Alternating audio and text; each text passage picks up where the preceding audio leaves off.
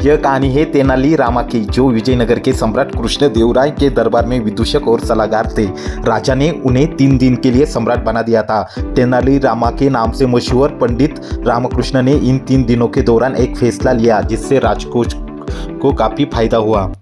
प्राचीन भारत में बड़े बड़े राजा महाराजा रहे जिन्होंने अपने कामों से खूब प्रतिष्ठा बटोरी। ऐसे ही एक राजा 16वीं सदी के शुरुआत में दक्षिण भारत के विजयनगर में रहे। विजयनगर के सम्राट कृष्णदेवराय तुलुवु वंश के तीसरे शासक थे। जितना प्रतिष्ठा उन्होंने अपनी वीरता के लिए चलती बटोरी, उतनी ही नाम वो अपने कुछ निर्णयों के चलते भी कमाने में कामयाब रहे। एक बार सम्राट कृष्णदेवराय ने अपने ही साम्राज्य के एक पंडित को 3 दिन के लिए राजपाट सौंप दिया था और वो खुद इस पंडित के घर रानी सहित रहने के लिए चले गए थे। यह पंडित कोई ऐसे वैसे पंडित नहीं थे। हम बात कर रहे तेनाली रामा के नाम से मशहूर पंडित रामकृष्ण की।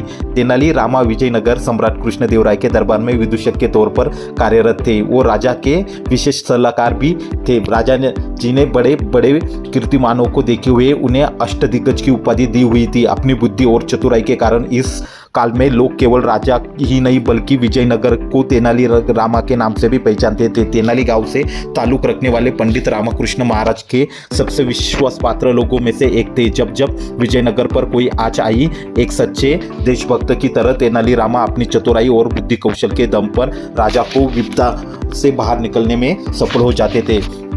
एक बार की बात है, कृष्णदेवराय अपने मंत्रियों के साथ चर्चा कर रहे थे। वहाँ तेनाली रामा भी मौजूद थे। इसी बीच सम्राट ने भरे दरबार में पूछा कि आपको क्या लगता है, राजा बनना आसान काम है या मुश्किल? तेनाली रामा ने मुस्कुराते हुए कहा कि राजा बनना बेहद आसान काम है। कृष्णदेवराय पंडित रामकृष्ण की बात सुनकर हैरान रह गए। राजा ने अपने अष्टदिग्गज तेनाली रामा को 3 दिन के लिए विजयनगर का सम्राट घोषित कर दिया और खुद उनके घर में पत्नी सहित रहने के लिए चले गए।